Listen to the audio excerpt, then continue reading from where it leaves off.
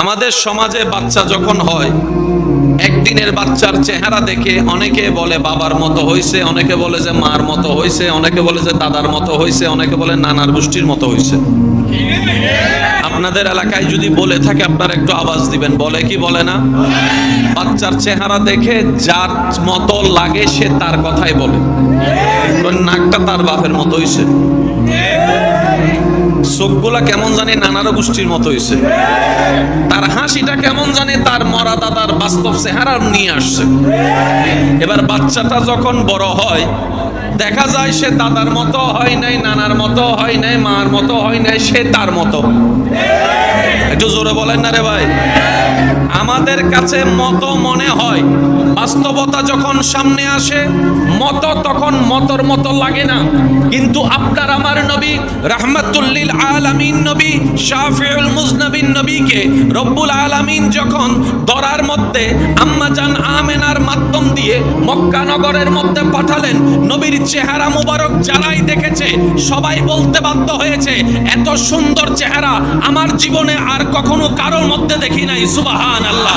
নবীর চোখ মুবারক দেখে সবাই বলতে বাধ্য হয়েছে এত সুন্দর টানা টানা চোখ তো অনেক দেখেছি, এই চোখের মতো চোখ দেখি নাই, এই নাকের মতো নাক দেখি নাই, এই ঠোঁটের মতো ঠোঁট দেখি নাই, এই হাসির মতো হাসি দেখি নাই, এই চেহারার মতো চেহারা দেখি নাই। রব ডাক দিয়ে বলে, ও আমার বান্দা তোরা দেখবি কিভাবে চোখে? ওয়াতুহা ওয়ালা চেহারা তো আমি আর কাউরে বানাই নাই, নবী মুস্তাফারটা বানিয়েছে।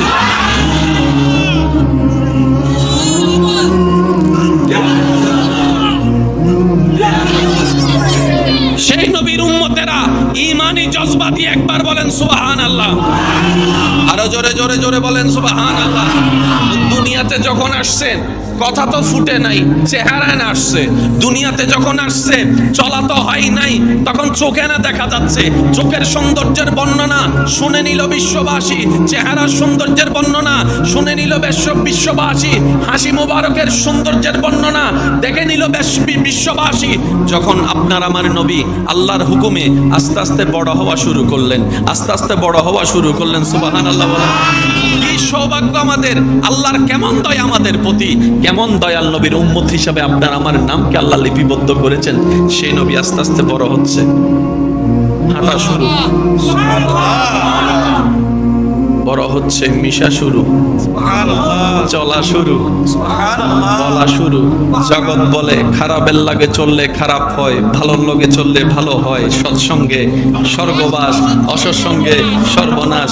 নবী যে পরিবেশে বড় হচ্ছে সেখানে মিথ্যা কথা বলাটা কমন ছিল, মদ খাওয়াটা কমন ছিল, সব থেকে শুধু নোংরামি আর নোংরামি এরকম পরিবেশ ছিল। সেই পরিবেশে বাবা হারা আমার নবী বড় হচ্ছে, মাটাও কিছুদিন পরে চলে গিয়েছে, শিখানোর মতো কেউ নাই। আদব কে শিখাবে, ভদ্রতা কে শিখাবে? শিখানোর জন্য তো কাউকে না কাউকে দরকার। নবীর পরিবারে তেমন শিখানোর মতো কেউ নাই, সেই সমাজে স্কুলও নাই, মাদ্রাসাও নাই, শিক্ষকও নাই। শিখবে তো ভদ্রতা কোন জায়গা থেকে শিখবে? কিন্তু বড় তাজ্জুবের বিষয়, নবী রাহমাতুল লিল আলামিন বড় হওয়া শুরু করলো। যেদিকে যায় সেদিকেই একবার যে নবীকে দেখেছে সে শুধু তাকায় রয়েছে, তাকায় রয়েছে, তাকায় রয়েছে। নবীকে যে একবার দেখেছে সে আর চোখ ফিরাতে পারে না।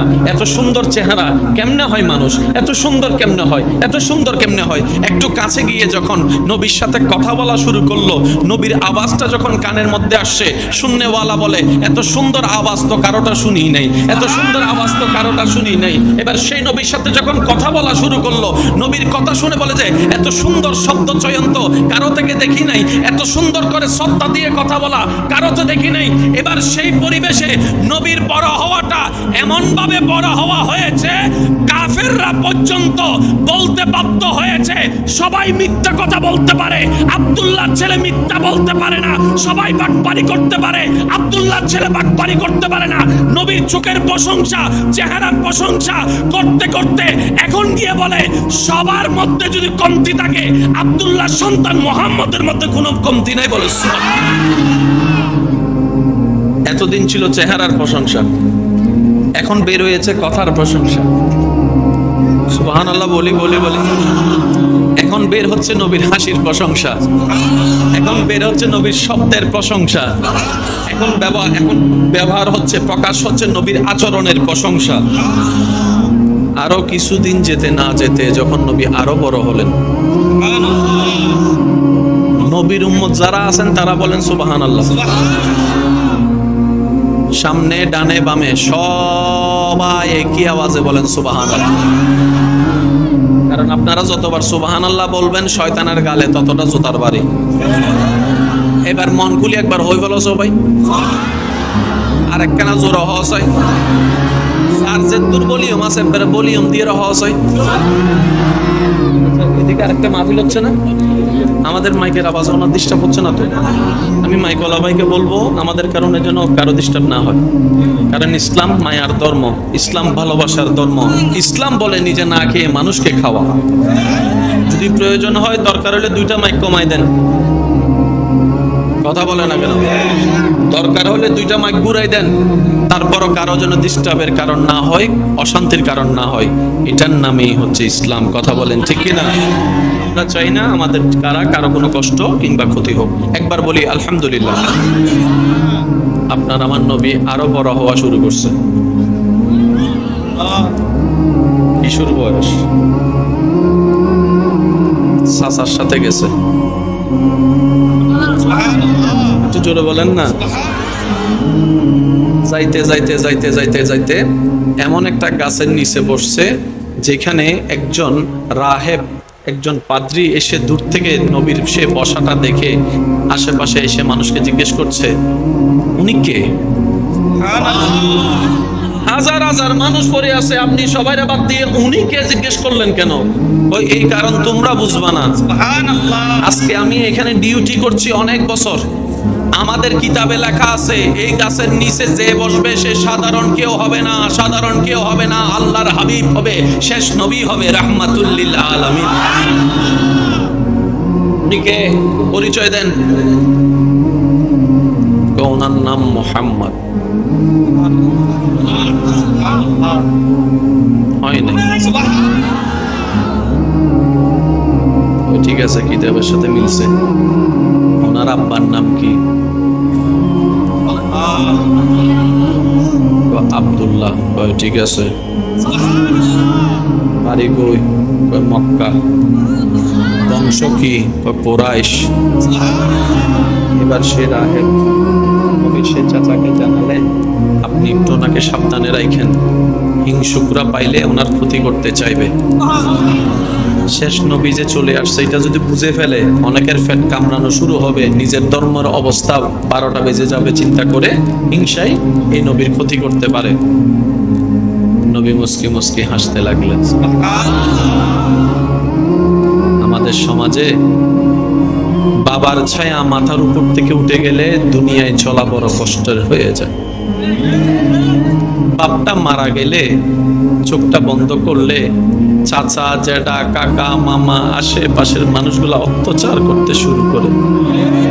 হাজার জায়গায় রেকর্ড আছে, বাপটা মারা যাওয়ার কারণে, স্বামীটা মারা যাওয়ার কারণে ওনাদেরকে ভাতের ব্যবস্থা পর্যন্ত করে নাই, ঘর থেকে পর্যন্ত বের করে দিয়েছে। এমন রক্তের মানুষ আছে যার মাথার উপর বাবার ছায়া নাই, স্বামীর ছায়া নাই, বড় ভাইয়ের ছায়া নাই।